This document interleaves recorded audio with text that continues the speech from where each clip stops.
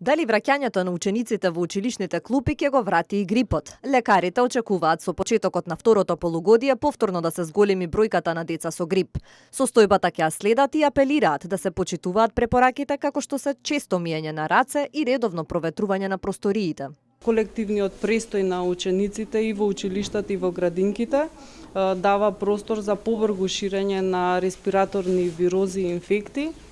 Меѓутоа, треба да ја следиме состојбата. Денеска е прв ден од второто полугодие.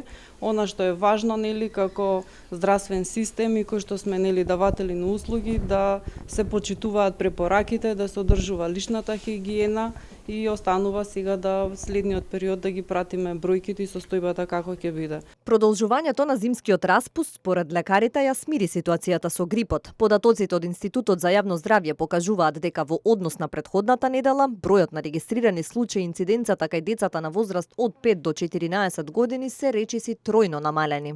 Изминатата недела помалку имаме одговор на овој вид на интервенции, што е очекувано, бидејќи и празниците допринесоа, каде што таква е традицијата да сепак има собирање на едно место, а вообичаено еден од присутните има нека респираторна симптоматологија, меѓутоа минатата недела е помал бројот на повици во однос на оваа симптоматологија. Лекарите потенцираат дека имунизацијата е најдобриот начин за да се спречи појавата на грип.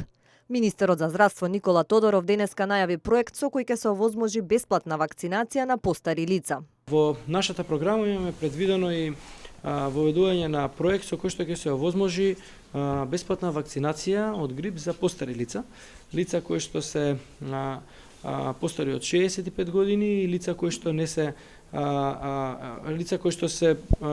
постари од 60 години, а не се корисници на пензија. Така да со овој проект очекуваме да се зголеми бројот на оние лица кои што ќе бидат опфатени со имунизацијата. Да повторам, оваа имунизација не е во задолжителниот карактер. Оваа сезона околу 26.000 граѓани примиле вакцина против сезонскиот грип и потрошени се речиси сите од вкупно набавените вакцини, а според интензитетот на грипот, вкупниот број на пријавени случаи во земјава оваа недела е спуштен под границата на многу висока активност.